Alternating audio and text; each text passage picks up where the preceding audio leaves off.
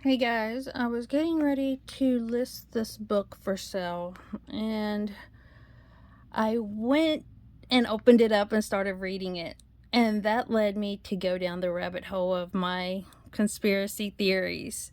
Okay, this is about Chopin, and he is a classical musical pianist from Poland. This book was originally written in 1900, but it was republished in 1966 with just the introduction and the footnotes and the index. So here he is, and here's what it says with the introduction, footnotes, and index, right? So again, here it is. This is a republication of the first work in 1900, but this is made in 1966.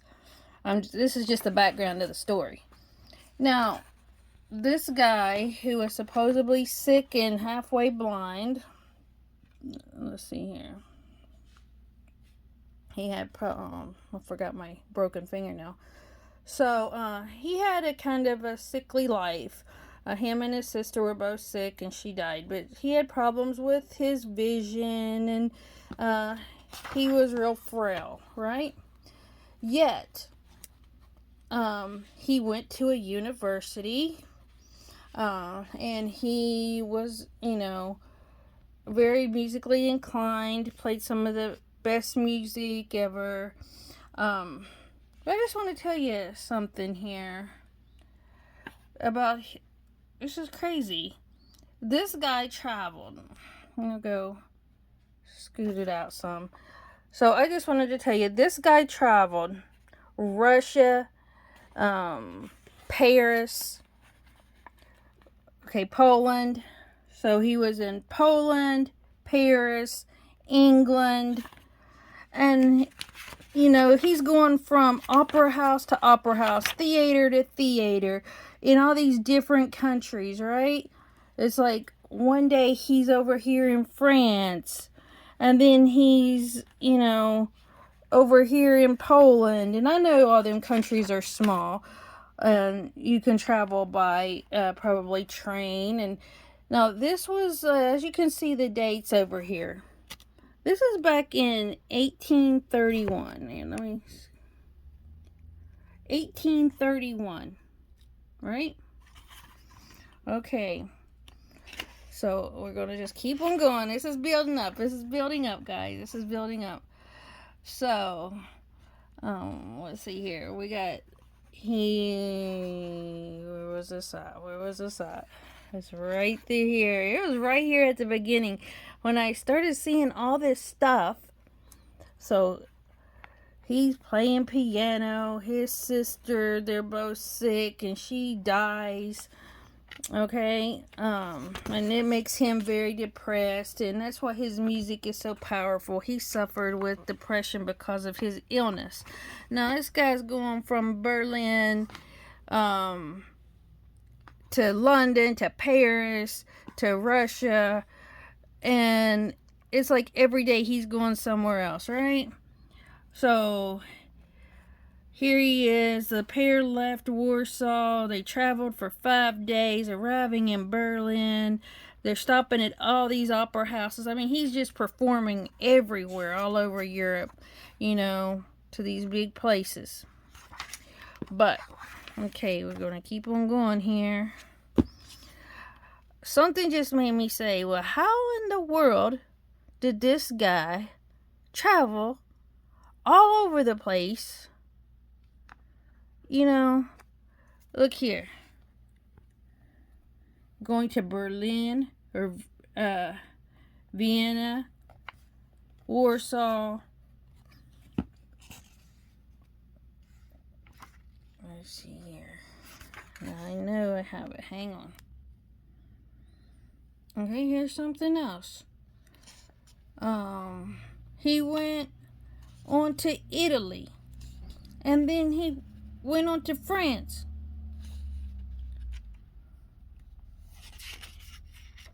And I'm like, over here, he reached Paris. Over here. Now look here. He got a passport and visited London and Munich. And I'm like, my gosh, this guy traveled all over the place. Okay, hang on. Okay, now, in 1839, it said his health was so bad he became dangerously ill in Marseilles. He had fever and severe coughing, and it killed him 10 years later. So that would have been 1849, right? Now, look at this. Next page over. Okay, so do we get over here to, after the Vienna trip, his spirits and his health flagged, or whatever, fraggled. So, all through this, I'm reading, how did he get from place to place?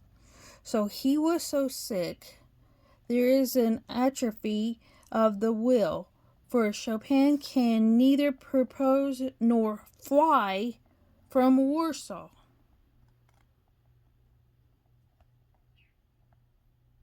Fly? This is in 1800s. Now I started searching. Where's the train stations? Where's the carriages? There is not a mention of a train station or a carriage, but everywhere they go, it's they arrived or they left. But they're not telling us how they arrived or left, except in that one little part when it says right here, fly. So, I go over here. Let's see here. If I can get on my computer. Now look here.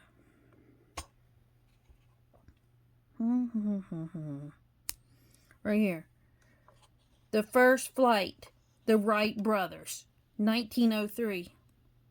Well, if that was in 1903, how did this happen around 1829?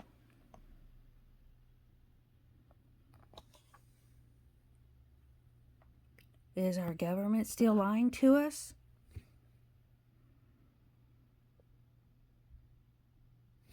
Well, they first tested it in 1893, it says. But the first flight was 1903.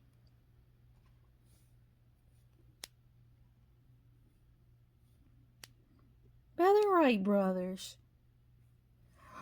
But how is this guy going thousands of miles every single day, basically, to a different theater and opera house to do concerts here and there and everywhere? And you telling me that he didn't fly? That he took an old-timey train, a steam engine or something like that? Okay, so let's see here. Oh, wait a minute, what am I doing? I started to say, well, there's probably something on the internet how he got around. So here we go. I'm searching the internet. The Traveler's Guide to Chopin, if I'm saying that correctly. So he was in Poland, and then it talks about him going to all these other places again. But it doesn't tell anywhere how he got there. Or you think if you have a website called The Travels of this dude, you would tell us how he got there? But one thing it does say, it says, okay, now hang on, guys, where he was born, concerts,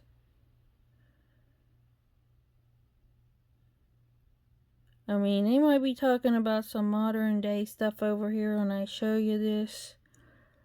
So look here. His travels took him from Berlin to Vienna. Then he settled in Paris.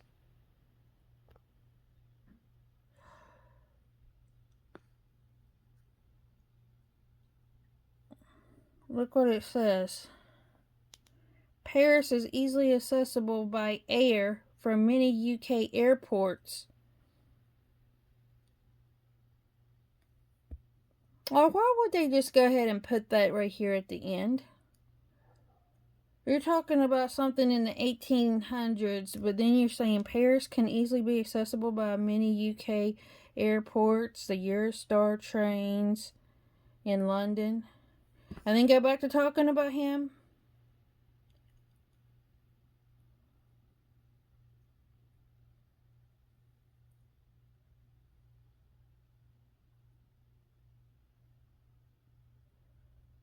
Don't you find that kind of weird?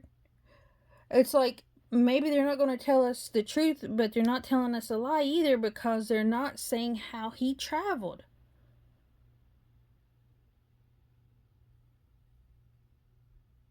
This is so crazy. Look here. He returned to Poland. How did he return? Did he take a train? Did he ride a horse? Was it in some old car? Was it on a ship? I mean, my God, tell us. Oh, you probably can't tell us because you sit there and lie to the American people saying the Wright brothers invented an airplane. And look, here again.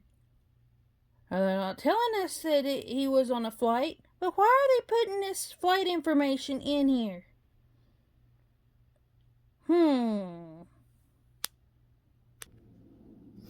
Okay, so anyway, even if he did take a train, how did he get from the train station to the opera house? Not a mention of the modes of travel anywhere. Now, I was looking in the back of the book that this company, Dover Books, has a list of other books they have. Hang on, let me zoom out a little bit. So I was reading in the back of the book. What other books? Well, of course, we have The Wizard of Oz. Look here. Science fiction stories. Then I was like, where is this at? 3 Martian novels. Edgar Rice Burroughs contains Maid of Mars, The Chessmen of Mars, and The Mastermind of Mars. A high adventure set in imaginative, densely populated cities with barbarians. And The Martian History. The hell? Okay, now here's something else. 7 science fiction novels by H.G. Wells. Talks about chemistry, astronomy, sociology. Where was this at? First Men in the Moon. The Invisible Man. The War of the Worlds. You wonder, are these really just fiction, science fiction, or are they real stories? Now look here. This is the weirdest one. The Land That Time Forgot and the Moon Maid. What is this moon maid they're talking about? Okay, in the opinion of many in his best work, the first concerns of a strange island where evolution is... let's see here. I was going to see the second projects. Hang on, guys. Here it is. Okay. The reader far into the future and describes the first voyage to the moon in the year what? 2025. The conquest of the earth by the moon, and the years of violence and adventure as the enslaved earthmen tried to regain possessions of their planet. Okay, so this book, The Land That Forgot Time and the Moon Made. Hang on. Okay, we see here is Edgar Rice Burroughs, an American writer. And here is the book he wrote. The Land That Time Forgot. Now they're saying it is a fantasy novel, right? I don't know what this is. So this book was written in 1918.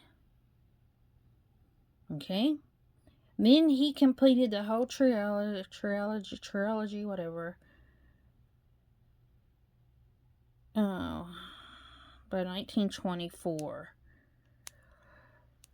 So they're saying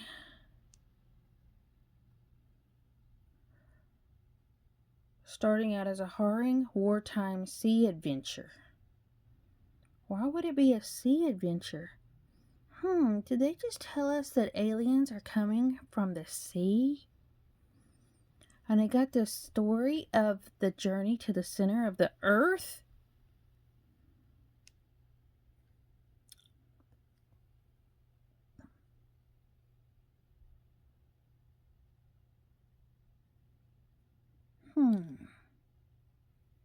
Is this book true or fantasy?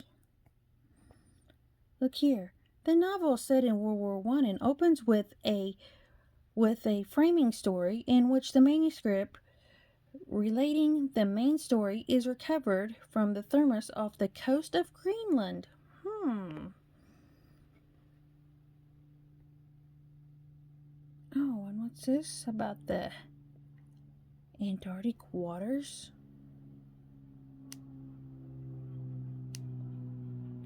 Dinosaurs. Okay, I don't want to get too much into that because my point is they're talking about these people on the moon are coming to take over planet Earth in the year 2025, right? Let's get back to the subject at hand. So, let's see when the first voyage of the moon was. Now remember, this book was written in 1918. Okay, let's see here. When was the first voyage to the moon? 1969? But this book was written in 1918? Does anybody else think that something is not right? That we had these books about Martians and moon people and all this? Here's another one. Look here. A Princess of Mars and a Fighting Man of Mars. 2 Martian novels? I mean, come on. What's going on with this? Why did me want to take a picture of a book to list on my page? Now I spent all day long not getting no work done. It's already 3:30 in the evening. And all I've been doing is going down one rabbit hole after another. Now I could tell you another one about this guy who had this woman that loved him, but she was a chain smoker that lived in a mansion. And I don't know, it's crazy. How could you have a mansion with these exquisite gardens, but no equipment to make the mansion or the exquisite gardens? You know? Let me see here if I can find it. I think I saved it Let's see here. Hang on, guys. I think I took a screenshot of it if I can figure out my gallery. Now my dog's barking, so I probably have to go. Can't find my gallery anyway. Oh, Lord. See, I don't know nothing about computers. Recent.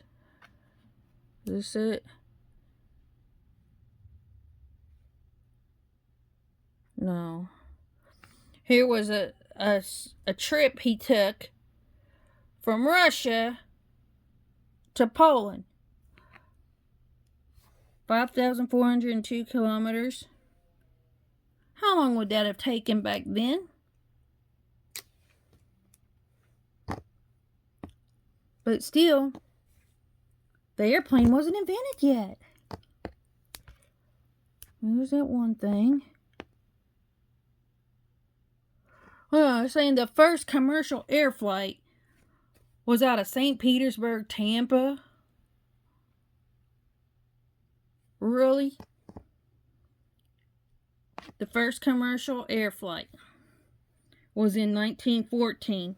But these people were traveling all around the world. Sorry, those are my other dog pictures. Okay, well, I don't know. You tell me, am I reaching here? Am I just trying to find a conspiracy and stuff? But I think we should try to read one of these books here to see about what's going to happen in the year 2025. What these moon people are going to take over the planet Earth. All right.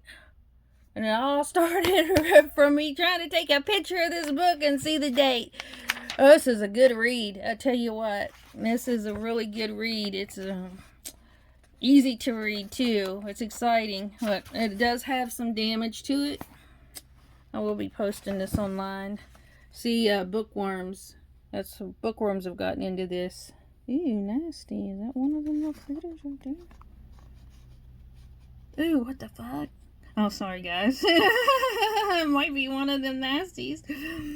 I might have to throw this away. What the hell? Ew. I'm sitting here touching this thing. Ew. It looks like a parasite. Worms eating books. Ew. Ew. Ooh, this is disgusting as hell. And look at that hole. That's how they dig them tunnels under the earth. These giant parasitic worms, if they can eat through a book, they can eat through the earth. Alright. Alright, okay. Sorry. That's on a close-up, guys. I gotta take the dog out. Let me know what you think in the comments down below.